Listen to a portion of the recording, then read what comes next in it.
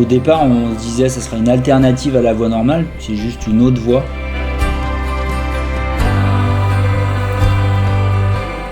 Le jour où les grands couloirs ne passeront plus du tout l'été, ça sera la voie la plus facile pour aller au sommet de la Grande Casse.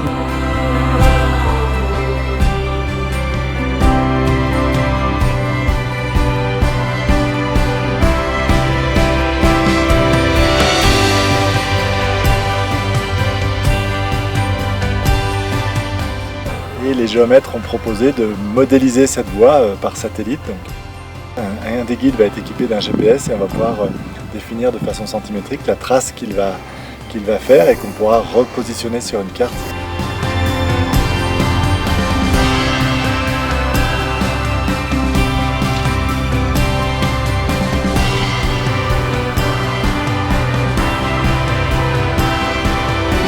C'est hyper esthétique, hein. Quand tu regardes la Grande Casse, tu vois cette arête. Moi, ça fait 30 ans que je fais de la montagne et ça faisait 30 ans que je regardais cette arête, quoi.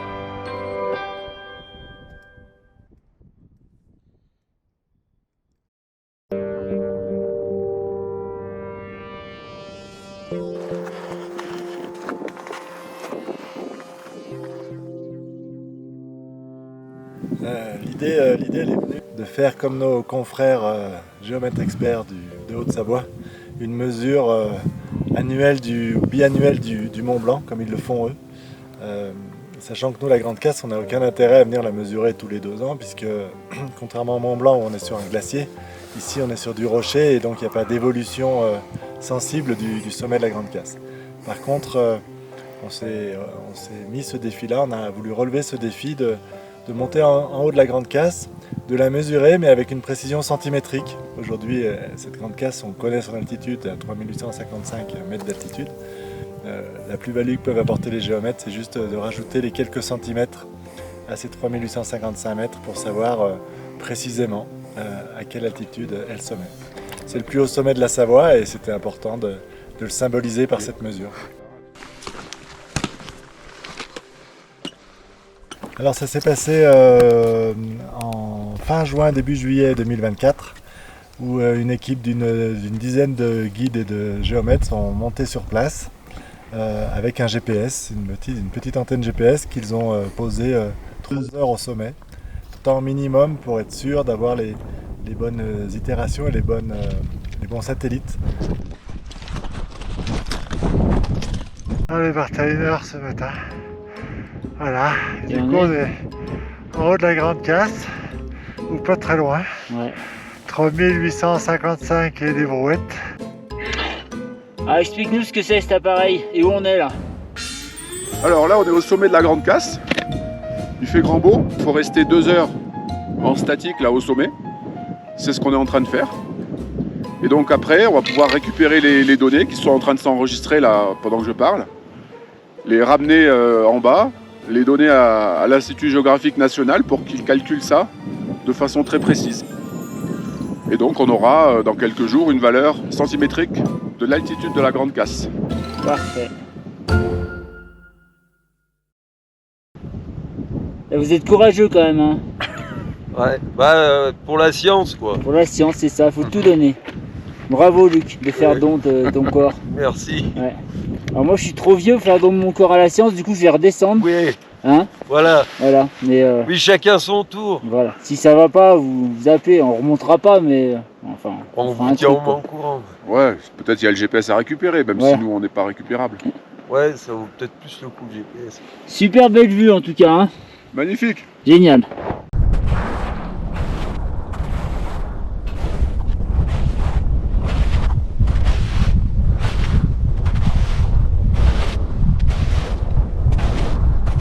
La première ascension de la Grande Casse, c'est 1860. La Savoie venait d'être attachée à la France.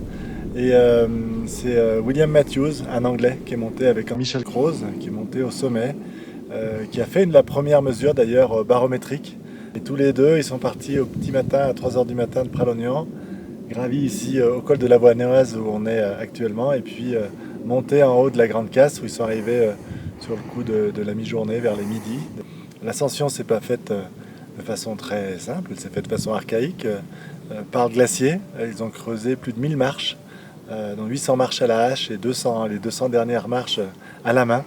Ils sont arrivés là-haut, ils ont fait une mesure, alors à l'époque c'était une mesure barométrique avec la pression atmosphérique, qui leur a permis de définir que la Grande Casse était bien le plus haut sommet des massifs environnants et notamment de la Savoie.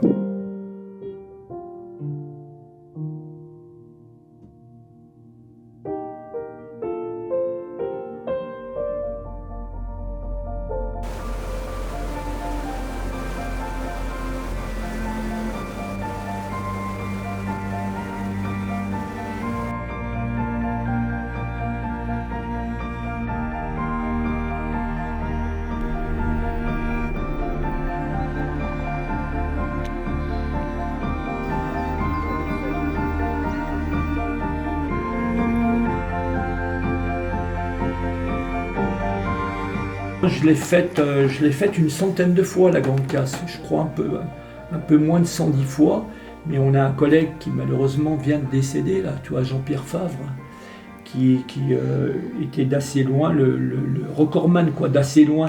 Il a fait plus de 220 fois la Grande Casse. Caravane suivante, on privilégiait l'itinéraire par la crête, qu'à l'époque les crampons n'étaient pas très performants.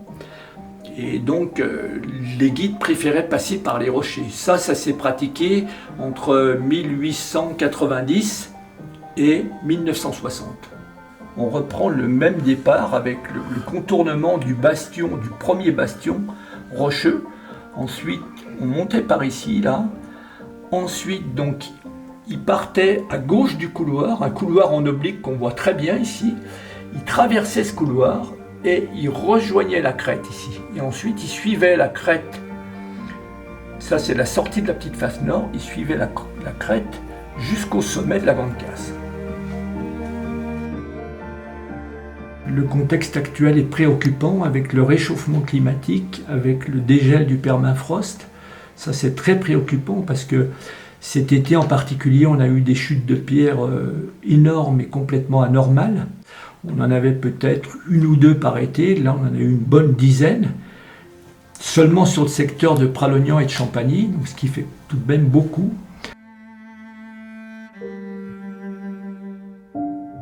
La Grande Casse, c'est probablement le sommet qui a le plus souffert du réchauffement climatique dans les Alpes, et pas seulement françaises.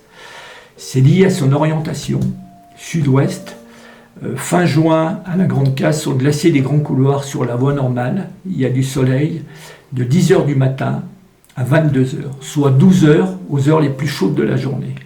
Et là-haut, on peut penser qu'on a perdu à peu près 80-90 mètres d'épaisseur de glace, alors que sur le glacier de Gebroula, juste en face, qui est le glacier le plus étudié de Vanoise, on a perdu la moitié à peu près, soit 45 mètres, depuis le début des années 90 jusqu'en 2025. Donc la Grande Casse, elle souffre énormément. Donc c'est vrai que les guides de Pralognan, qui sont quand même quelque part un petit peu les gardiens du temple, ont choisi de ne plus aller à la Grande Casse à partir de la mi-juillet. Et sur une année comme 2022, qui était l'année la pire qu'on ait eue sur les glaciers, eh bien on n'a pas fait la Grande Casse après le 20 juin. C'est quand même caractéristique. Après, c'est un choix, quelque part. On a la sensation qu'on va sanctuariser le sommet, mais c'est sur une courte période. On voit bien l'évolution, parce que cette année, là on est en 2025, et la dernière fois que la Grande Casse a été faite, ça devait être tout début juillet. Le refuge a une petite tendance à ouvrir de plus en plus, parce que les hivers sont plus vraiment des hivers maintenant, donc ils sont beaucoup moins rudes qu'avant. Il y a beaucoup moins de neige, donc du coup plus accessible. Et puis le ski de rando, avec l'essor du ski de rando, il y a de plus en plus de monde l'hiver aussi. Donc nous on a ouvert, ça fait 2 ans qu'on ouvre à partir de Noël. Donc voilà, mais pour les skieurs de rando. Donc c'est vrai que la Grande Casse elle se fait très souvent l'hiver, mais par contre l'été maintenant beaucoup moins. Il reste toujours des courses, bon il y a de la balade glaciaire sur les glaciers de la Vanoise, donc pour l'instant la calotte, il y a encore de la calotte, même si elle diminue en épaisseur. Mais par contre, des courses un peu techniques en glace, il n'y en a plus dans notre secteur. Je pense que voilà, c'est ce qu'on n'a pas aussi en Vanoise, des courses d'ampleur d'arête comme ça. On pourrait se comparer, je sais pas, moi par exemple au Cervin ou je ne sais quoi. Mais donc c'est carrément intéressant, oui. Oui. Après, est-ce que ça va s'adresser à un large public? Ça à voir avec le temps.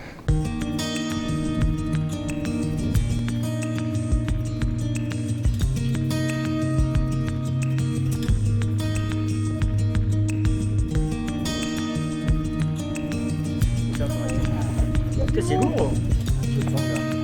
Ça m'a toujours plu d'ouvrir les voies. Je parcours le monde pour en ouvrir. J'en découvre encore ici.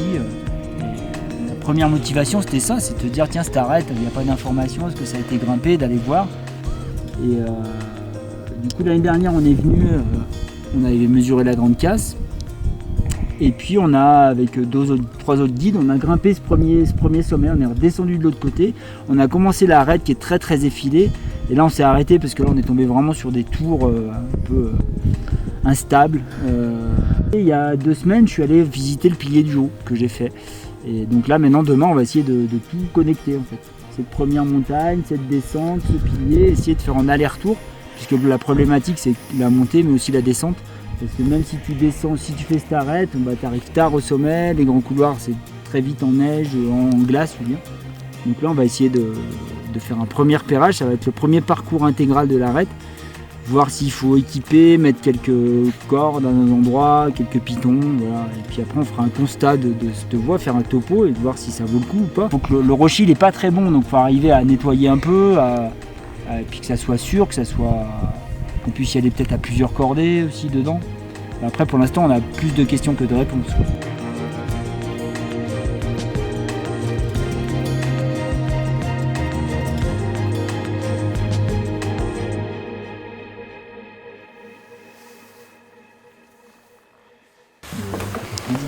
Là, il y a un robinet, juste avant la cuisine.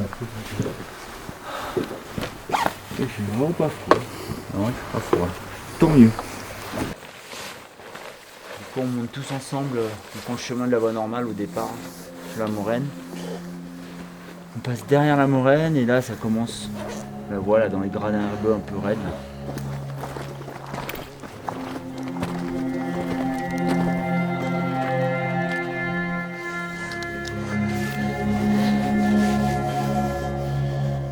Le décor c'est assez grandiose.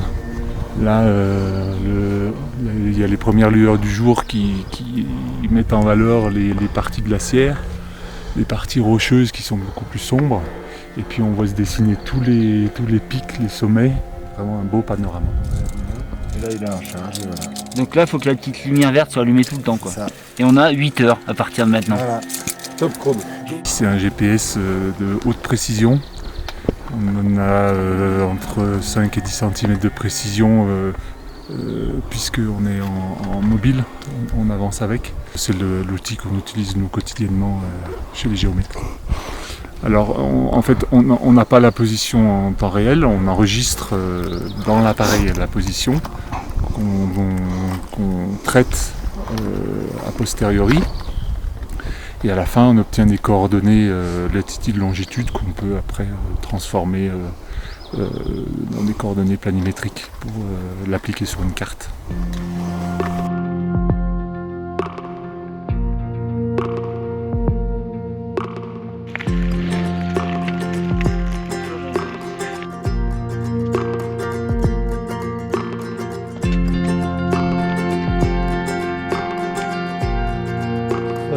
On arrive de cet éperon.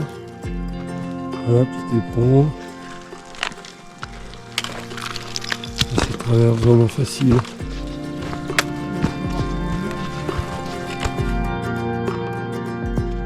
Donc là on n'est pas encordé, on est entre guides, donc chacun cherche un peu son passage. Donc là on est sur le bas de l'arête, la particularité c'est que le rocher c'est du marbre, là, d'un rocher très adhérent. Donc c'est assez surprenant parce qu'on grimpe sur des dalles qui peuvent paraître très raides, mais en fait qui sont tellement adhérentes qu'on monte avec comme ça. Donc ça permet de rejoindre la base du premier sommet, ce premier sommet qu'on avait grimpé l'année dernière, qu'on a baptisé le mont Iseran.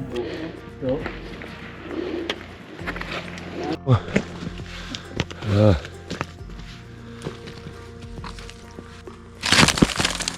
Putain, ça c'est pas vendeur. Hein. Putain, tu fais chier. C'était magnifique là. Et après, quand on arrive au pied du mont Iseran, là, justement, là, ça passe dans du calcaire. Voilà. Et là, le calcaire, par contre, la qualité est un peu plus douteuse, on va dire. Il faut qu'on trouve là l'itinéraire. C'est la partie un peu qui nous demande le plus d'attention. Il y a un itinéraire qui passe dans du bon rocher, mais il ne faut pas s'en écarter. Il n'y a pas de mauvais rocher. Hein? Il y a que des mauvais alpinistes. Tout à fait. Mauvais. On est sur l'arête sommitale du mont Iseran. La pointe Matthews. Derrière. Et on arrive de là-dessous.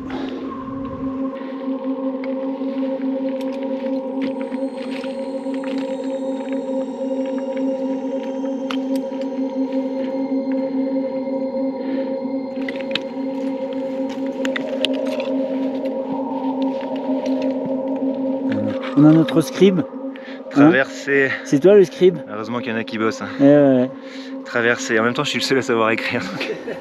Mais t'es le seul qui est pas guide, donc c'est sûr que c'est pour ça qu'on t'a amené. Traverser, péteuse, au-dessus. Non, commence pas à utiliser des mots négatifs. En rocher évolutif. Étroite. En rocher évolutif. Voilà. À tendance gravitaire. Voilà. Au-dessus du couloir. Ah. Voilà. On a redescendu du mont Iseran là de 150 mètres et là on traverse dans des pentes de schiste pour rejoindre le glacier là. Donc on a essayé de tailler un chemin, après on se posait la question si on n'allait pas monter au-dessus et mettre des points, tu vois, parce qu'il y avait du bon rocher là. Enfin, un rocher plutôt solide. On va rejoindre la deuxième partie là-bas. Voilà, on est à l'attaque du deuxième pilier. Et on voit la belle trace là-bas qui nous a fait Luc. Bon rocher là. Hein. Là c'est compact, hein, c'est compact. Ouais. Là ça tient. Du grip. Une chèvre. Ouais, là c'est vraiment... Mi-chèvre. Le centaure.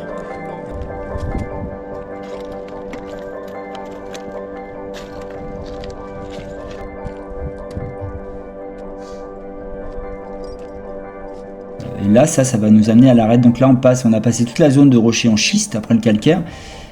Donc là, on est encore sur des schistes. Et après, le sommet de l'arête, c'est de la quartzite. Donc ça fait 4 types de rochers différents sur 1000 mètres, ce qui est assez exceptionnel quand même.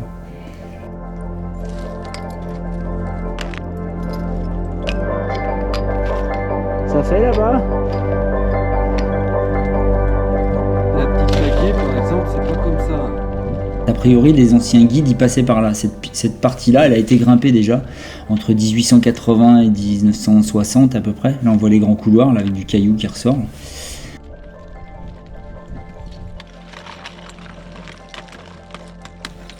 Donc là, c'est pareil, on a fait un peu de nettoyage. Je pense qu'on nous entendait jusqu'au bas au refuge. Mais l'itinéraire, vu qu'il est tout le temps sur une arête, il est pas dangereux, quoi. Après, on n'est jamais les uns en dessous des autres. Après, je pense pas qu'il y aura 20 cordées en même temps sur cette voie. C'est quand même une voie, c'est pas très dur, mais c'est une voie qui est exigeante. Et pour les guides, ça demande, voilà, on va y aller avec une personne. Le faire en aller-retour, l'autre jour on a mis 13 heures quand même. Je pense que c'est dur de faire moins de 10-12 heures aller-retour, quoi, en passant par là.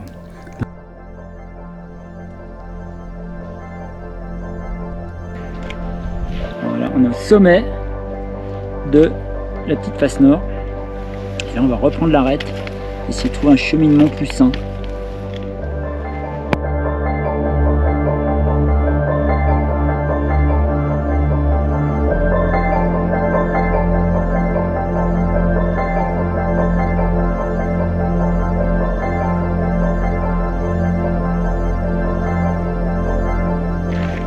Bon alors, qu'est-ce que vous en dites de cette montée? Faut qu'on peaufine un peu encore. Ouais. Petit questionnement, point de questionnement là sur la fin. Ouais, on va Sur les essayer de trouver 150 derniers un nouvel itinéraire dans le nouvel itinéraire. Le décisionnel, on dit. Ouais.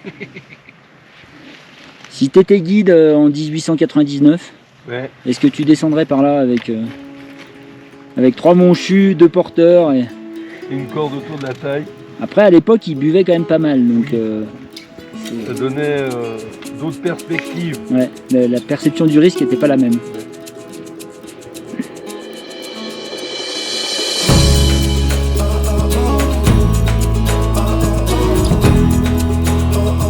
C'est très facile, mais c'est un itinéraire facile au milieu d'une face qui est quand même assez imposante. Donc dès que tu t'écartes un peu, on a laissé des pitons, il y a une quinzaine de pitons pour l'instant. Mais on aimerait bien rajouter des spits. Pour aussi que ça facilite la descente pour nous avec des clients et que tout le monde passe au même endroit. Après en vanoise, il n'y a pas beaucoup d'arêtes qui font 1000 mètres de dénivelé quand même, de ce niveau-là. Ça peut être une préparation pour le Cervin par exemple, pour des grosses ascensions. Après c'est sûr que ça ne sera pas comme on le pensait, une voie normale bis, quoi. C'est beaucoup plus technique, enfin, c'est plus long, quoi. C'est une autre manière d'aborder la Grande Casse, quoi.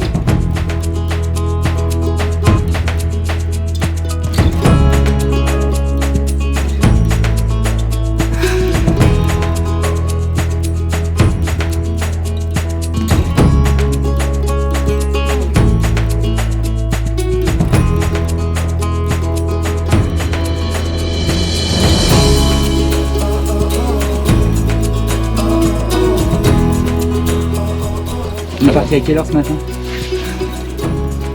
Quelle heure on est parti? 4 heures. 4 heures, on était au sommet à quelle heure? Et quart. Midi. Et là, il est quelle heure? Et là, il est 17h30. 17h30. Planche apéro. Ça nous fait de bonnes journées quand même. Hein? Ouais. Franchement. Mais ça a quand même bien déroulé, quoi. Ouais. Sur Dans l'ensemble. les 10 premières heures, c'était bien. Ouais.